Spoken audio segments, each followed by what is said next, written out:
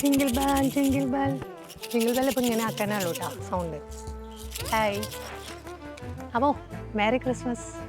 എല്ലാവരും ക്രിസ്മസിനുള്ള എല്ലാ ഒരുക്കങ്ങളൊക്കെ ആയോ? എത്ര കേക്ക് വാങ്ങിച്ചു? കേക്കൊക്കെ ഉണ്ടാക്കിയോ? അപ്പോൾ ഞങ്ങൾ അഡ്രസ്സൊക്കെ പറഞ്ഞു തരേണ്ടി വരുമോ കേക്ക് അയച്ചുതരാൻ? വേണ്ട കേട്ടോ, നിങ്ങളുടെ ഏറ്റവും പ്രിയപ്പെട്ട നിങ്ങളുടെ അടുത്തുള്ള ആളുകൾക്ക് ഒക്കെ നിങ്ങൾ കേക്ക് കൊടുത്താൽ മതി.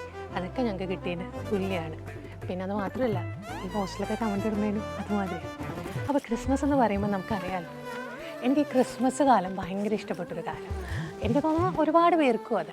നമ്മൾ പുറത്തേക്ക് ഇറങ്ങുമ്പോൾ ഉണ്ടാവുന്ന ആ ഒരു തണുപ്പ്, അതിനേക്കാൾ കൂടുതൽ രാത്രി നേരങ്ങളിൽ നമ്മൾ പോകുമ്പോണ്ടല്ലോ, എല്ലാ വീടുകളിൽ നിന്നും നക്ഷത്രങ്ങൾ ഇറങ്ങി വന്നിരിക്കുന്ന ഒരു ഫീലാണ്.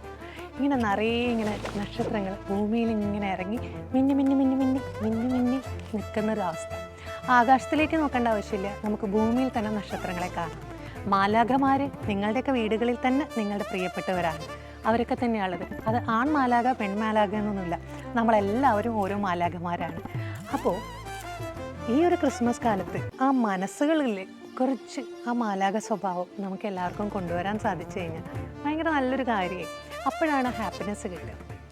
വെറുതെ ഒന്ന് യാത്ര ചെയ്ത് നോക്കി നോക്കൂ. ഈ ഒരു സമയത്ത് പുറത്തേക്ക് എല്ലായിടത്തും നിറയെ നക്ഷത്രങ്ങളും ഒരുപാട് വെളിച്ചങ്ങളൊക്കെ കാണാം അല്ലേ?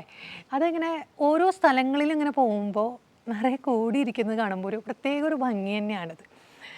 ഏതോ ഒരു ഉത്സവത്തിന് പോകുന്ന മാതിരി, എവിടേക്കോ നമ്മുടെ പ്രിയപ്പെട്ട ആളുകളുള്ള മാതിരി ഓരോ വീടുകളുടെ മുമ്പ് കാണുമ്പോൾ അവർ അലങ്കരിച്ചിരിക്കുന്നതും ഡെക്കറേറ്റ് ചെയ്തിരിക്കുന്നതൊക്കെ കാണുമ്പോൾ നമ്മുടെ സ്വന്തം എന്ന് തോന്നുന്ന ഒരു ഫീലാണിത്.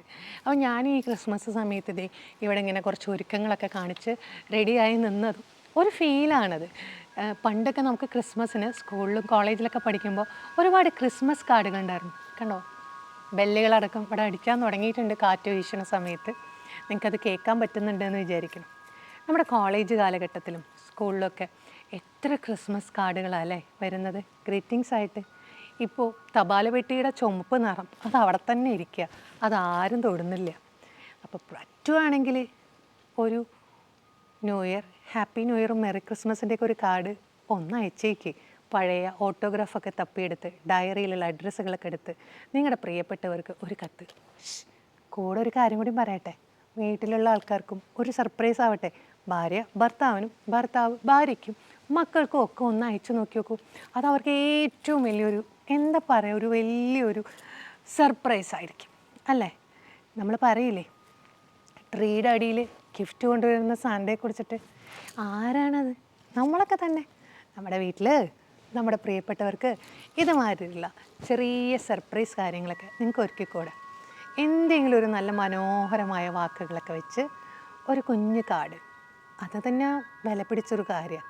അവർക്ക് വേണ്ടി നിങ്ങൾ കണ്ടെത്തിയ സമയം എന്നുള്ളത്. കഴിഞ്ഞ കുറേ കാലങ്ങളായിട്ട് പല പ്രശ്നങ്ങളിൽ കൂടെയാണ് ഈ ഭൂമി കടന്നു പോകുന്നത്. ഇനിയും നമുക്കറിയില്ല, പല പ്രശ്നങ്ങളും വരാം.